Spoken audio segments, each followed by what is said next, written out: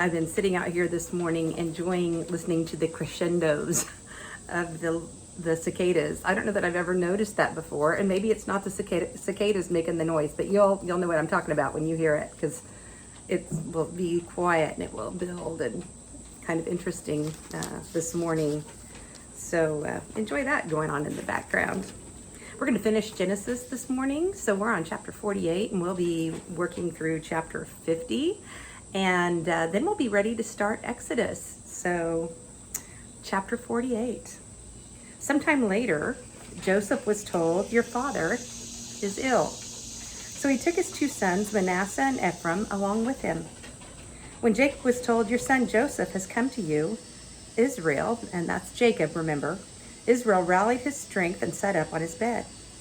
Jacob said to Joseph, "God Almighty appeared to me at Luz in the land of Canaan, and there he blessed me and said to me, 'I am going to make you fruitful and increase your numbers.'" He's telling Joseph this story of whenever he had come through Luz. "I will make you a community of people, and I will give you this land as an everlasting possession to your descendants after you. Now then, your two sons," Jacob speaking to Joseph, "your two sons born to you in Egypt before I came to you here will be reckoned as mine. Ephraim and Manasseh will be mine, just as Reuben and Simeon are mine. Any children born to you after them will be yours. In the territory they inherit, they will be reckoned under the names of their brothers. As I was returning from Padan, to my sorrow, Rachel died in the land of Canaan while we were still on the way, a little distance from Ephrath. That would be Joseph's mother. So I buried her there beside the road to Ephrath, that is Bethlehem." When Israel saw the sons of Joseph, he asked, "Who are these?" "They are the sons God has given me here," Joseph said to his father. Then Israel said, "Bring them to me so I may bless them." Now Israel's eyes were failing because of his old age, and he could hardly see. So Joseph brought his sons close to him, and his father kissed them and embraced them. Israel said to Joseph, "I never expected to see your face again, and now God has allowed me to see your children too." Then Joseph removed them from Israel's knees and bowed down with his face to the ground, and Joseph took both of them, Ephraim on his right, toward Israel's left hand, and Manasseh on his left toward Israel's right hand, and brought them close to him, brought them close to his father Jacob. But Israel, Jacob, reached out his right hand and put it on Ephraim's hand, though he was the younger, and crossing his arms, he put his left hand on Manasseh's head, even though Manasseh was the firstborn. Then he blessed Joseph and said, "May the God before whom my fathers Abraham and Isaac walked faithfully, the God who has been my shepherd all my life to this day, the angel who has delivered me from all harm, may he bless these boys. May they be called by my name and the names of my fathers Abraham and Isaac, and may they increase greatly on the earth." Now, just an interesting side note, remember with Abraham's son, Isaac and,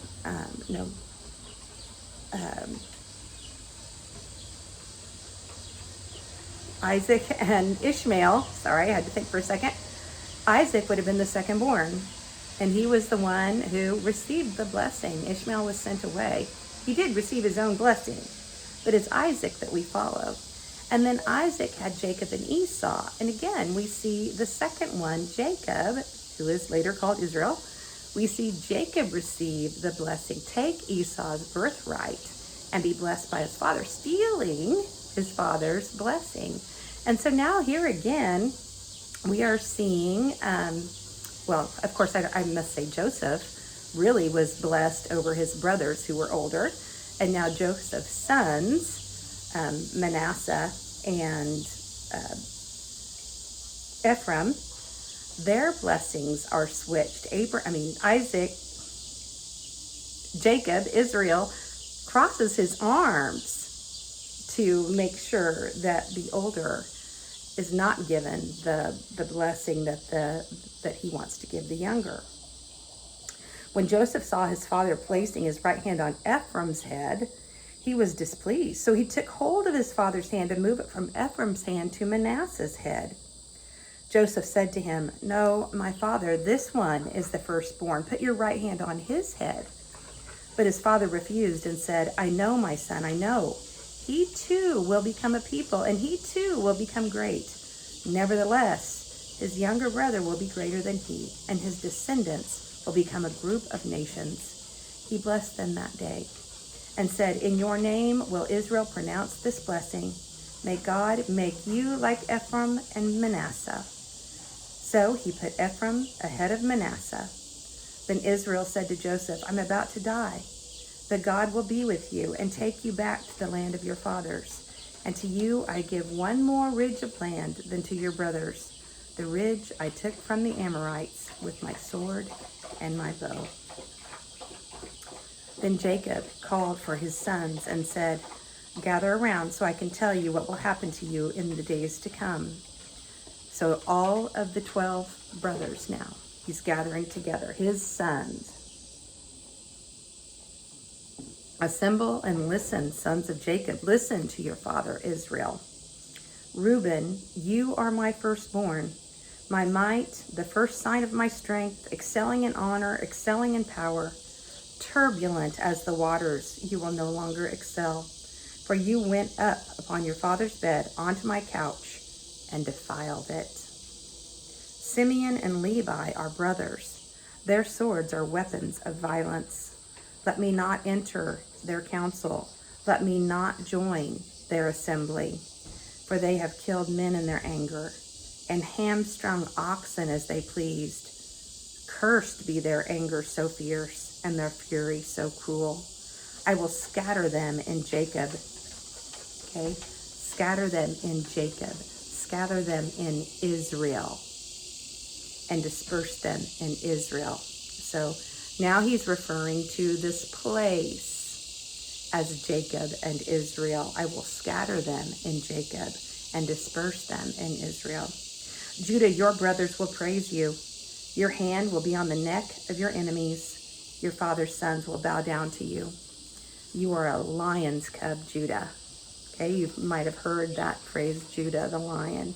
You are a lion's cub, Judah. You return from the prey, my son, like a lion who crouches and lies down, like a lioness who dares to rouse him.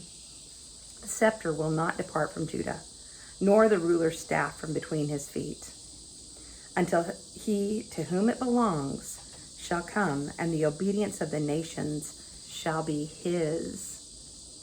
Do you know who he's referring to there? He's referring to Jesus. So I want you to hear that again. The scepter will not depart from Judah, nor the ruler's staff from between his feet, until to whom it belongs shall come, and the obedience of the nations shall be his.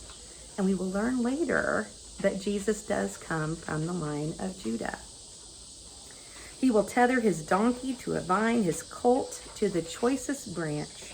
He will wash his garments in wine, his robes in the blood of grapes. His eyes will be darker than wine, his teeth whiter than milk. Zebulun will live by the seashore and become a haven for ships. His border will extend toward Sidon. Issachar is a raw-boned donkey lying down among the sheep pens. When he sees how good is his resting place and how pleasant is his land, he will bend his shoulder to the burden and submit to forced labor. Dan will provide justice for his people as one of the tribes of Israel. Dan will be a snake by the roadside, a viper along the path that bites the horse's heels so that its rider tumbles backwards. I look for your deliverance, Lord. Gad will be attacked by a band of raiders, but he will attack them at their heels. Asher's food will be rich. He will provide delicacies fit for a king. Naphtali is a doe set free that bears beautiful fawns. Joseph is a fruitful vine, a fruitful vine near a spring whose branches climb over a wall. With bitterness, archers attacked him. They shot at him with hostility, but his bow remained steady. His strong arms stayed limber. Because of the hand of the mighty one of Jacob, because of the shepherd, the rock of Israel, because of your father's God who helps you, because of the Almighty who blesses you with blessings of the skies above, blessings of the deep springs below, blessings of the breast and womb. So here he refers to both God and to Jesus and to his lineage, Abraham, Isaac, and Jacob. So here again, because of the hand of the mighty one of Jacob, because of the shepherd, the rock of Israel, because of your father's God who helps you. That was what was said there. So he tells him that he will be blessed. Your father's blessings are greater than the blessings of the ancient mountains, than the bounty of the age-old hills. Let all these rest on the head of Joseph, on the brow of the prince among his brothers. The prince among his brothers. Benjamin is a ravenous wolf. In the morning he devours the prey. In the evening he divides the plunder. All these are the 12 tribes of Israel. And this is what their father said to them when he blessed them, giving each the blessing appropriate to him. Then he gave them these instructions. I'm about to be gathered to my people. I'm about to die, is what he is saying. I'm about to be gathered to my ancestors. Bury me with my fathers in the cave in the field of Ephron the Hittite. That was land that was bought long ago. The cave in the field of Machpelah, near Mamre in Canaan, which Abraham bought along with the field as a burial place from Ephron the Hittite. There Abraham and his wife Sarah were buried.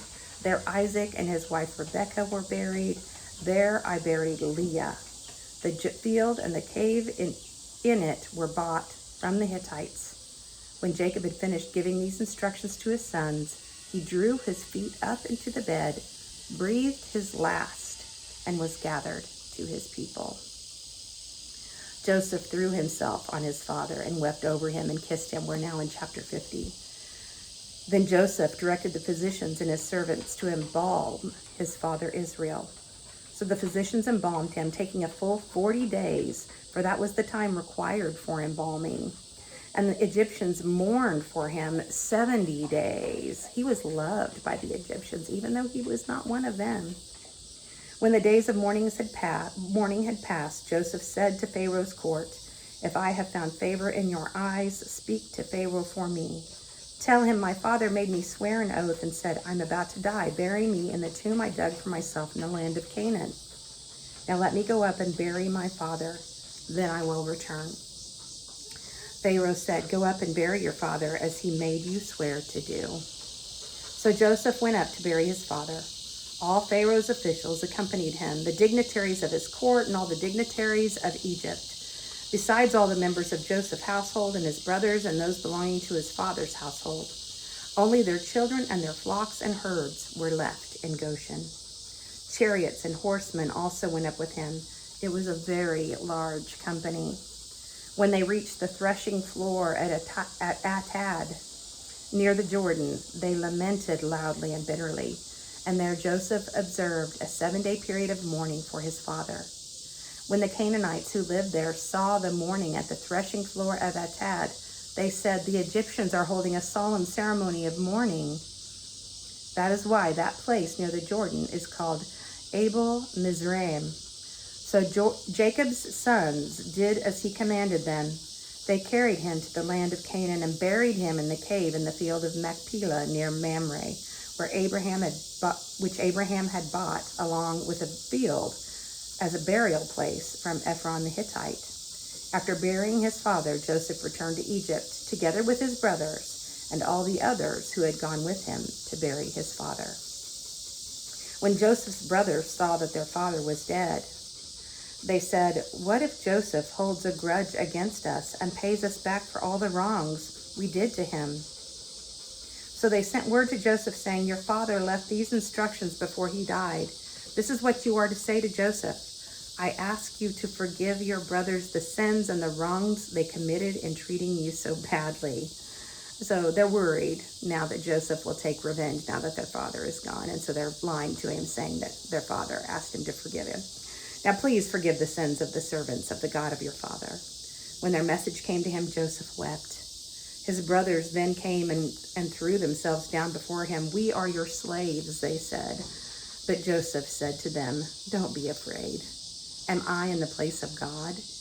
You intended to harm me, but God intended it for good, to accomplish what is now being done, the saving of many lives. So then don't be afraid. I will provide for you and your children. And he reassured them and spoke kindly to them. Joseph stayed in Egypt along with his father's family. He lived 110 years and saw the third generation of Ephraim's children. Also the children of Machir, son of Manasseh, were placed at birth on Joseph's knees. Then Joseph said to his brothers, I'm about to die, but God will surely come to your aid and take you up out of this land to the land he promised on oath to Abraham, Isaac, and Jacob. And Joseph made the Israelites swear an oath and said, God will surely come to your aid, and then you must carry my bones up from this place. So Joseph died at the age of 110, and after they embalmed him, he was placed in a coffin in Egypt. So it seems to me he wanted to be taken up out of that place, that he was buried in Egypt. So I don't know that that's necessarily what he wanted, maybe assuming he would be buried with Abraham, Isaac, and Jacob, but Joseph was buried in Egypt. And I just want to share with you, this is one of my very favorite books. I needed proof of the Bible, and Josh McDowell searched for evidence and put it in a book, and that has been so powerful for me. And I think there's a lot of people like me who need that evidence, and so I will share with you evidence periodically as we go through the scriptures. But this is about Joseph's tomb, and this was information pulled from John Elder in his book Prophets, Idols, and Diggers. It says, in the last verses of Genesis, it is told how Joseph adjured his relatives to take his bones back to Canaan whenever God should restore them to the original home. And in Joshua, it is told how his body was indeed brought to Palestine and buried at Shechem. So he was eventually taken back. For centuries, there was a tomb at Shechem, revered as the tomb of Joseph. So that was for centuries. It was a marked tomb, and all believed it was the tomb of Joseph, and they marked it as the tomb of Joseph. A few years ago, when this book was written, the tomb was opened, and it was found to contain a body mummified according to the Egyptian custom. This is a tomb in Shechem, so in Israel.